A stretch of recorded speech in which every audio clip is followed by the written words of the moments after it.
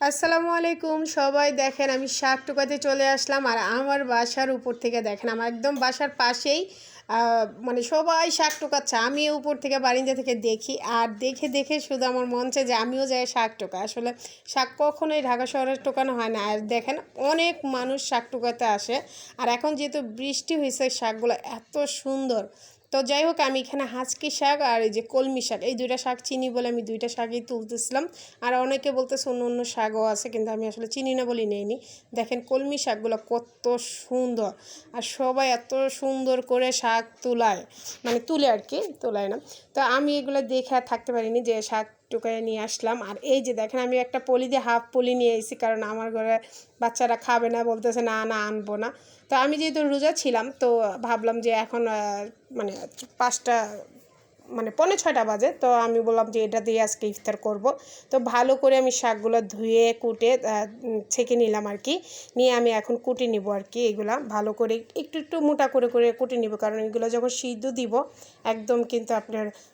নরম হয়ে যাবে আর কচি কচি শাক যখন বৃষ্টি হয়েছে এত সুন্দর হয়েছে মাশাআল্লাহ শাকগুলো তো আমি এখানে বসাই দিলাম এক মুঠ মানে 5-6টা আমি কাঁচামরিচ দিয়েছি আর লবণ দিয়েছি হাফ চা চামচ কারণ আমি কিন্তু শাক অনেক অল্প তুলে আনছি আর শাক কিন্তু বেশি দেখা গেলেও পরে কিন্তু একদম কমে যায় তো এইটা কিন্তু এই শাকটা কিন্তু আমি একদম তেল ছাড়া রান্না করব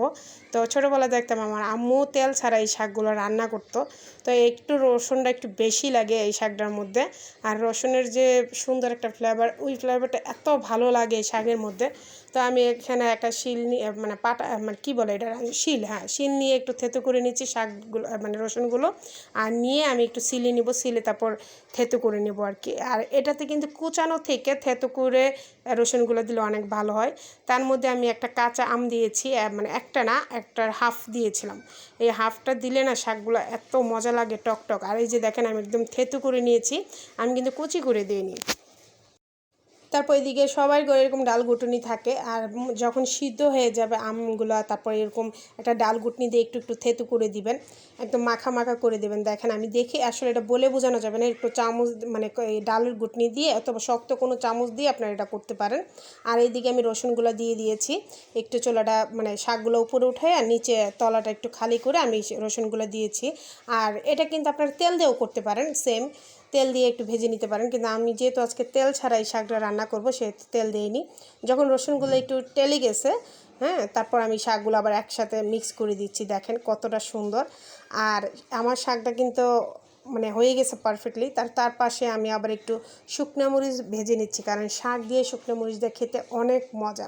আমার কিন্তু একদম কোনো তেলই নেই শাকের মধ্যে আর খেতে কিন্তু অসাধারণ আপনারা আবার অনেকে ভাববেন যে তেল ছাড়াই শাকটা কেমন হবে যখন যেহেতু আমি এখানে আম দিয়েছিলাম আমের যে একটা টক ফ্লেভার আছে মানে টক আছে এটা খেতে কিন্তু শাকটা অনেক মজা যারা যারা খেয়েছে এবং আমার মেয়েরা খেতে চায়নি তারাওকে যখন আমি জোর করে দিয়েছিলাম তারা মানে খুবই পছন্দ করেছে তো আমি একদম ইফতারির আজানের অপেক্ষা করতেছি আজান শুরু হলেই আমি খাওয়া শুরু করব আর আমি বিসমিল্লাহ করে আজান দেওয়ার পরে আমি এদিকে পানি মুখে দিয়েই ভাত খেতে আর কি বসে গেছি কারণ আমার কাছে এত মানে আত্মা ভরে আছে এটা খাবো হ্যাঁ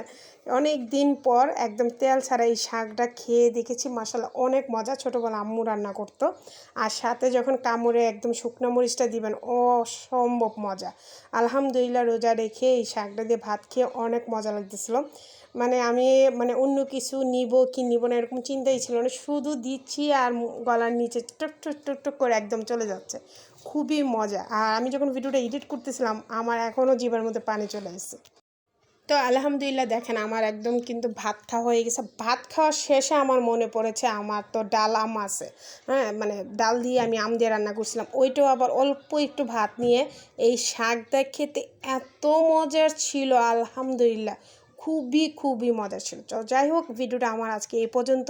আমার ভিডিওগুলো ভালো লাগলে কিন্তু অবশ্যই লাইক শেয়ার কমেন্ট এবং সাবস্ক্রাইব করতে একদম ভুলবেন না পাশে থাকা বেল বাটনটা অল দিবেন যেন সবার আগে আপনাদের কাছে ভিডিও ছাড়ার সাথে সাথে চলে আসে আর যারা ফেসবুক পেজ থেকে দেখতেছেন অবশ্যই আমার চ্যানেলটা একটু ফলো আর একটু শেয়ার দিবেন তো আজকের মতন এখানে বিদায় আল্লাহ হাফেজ।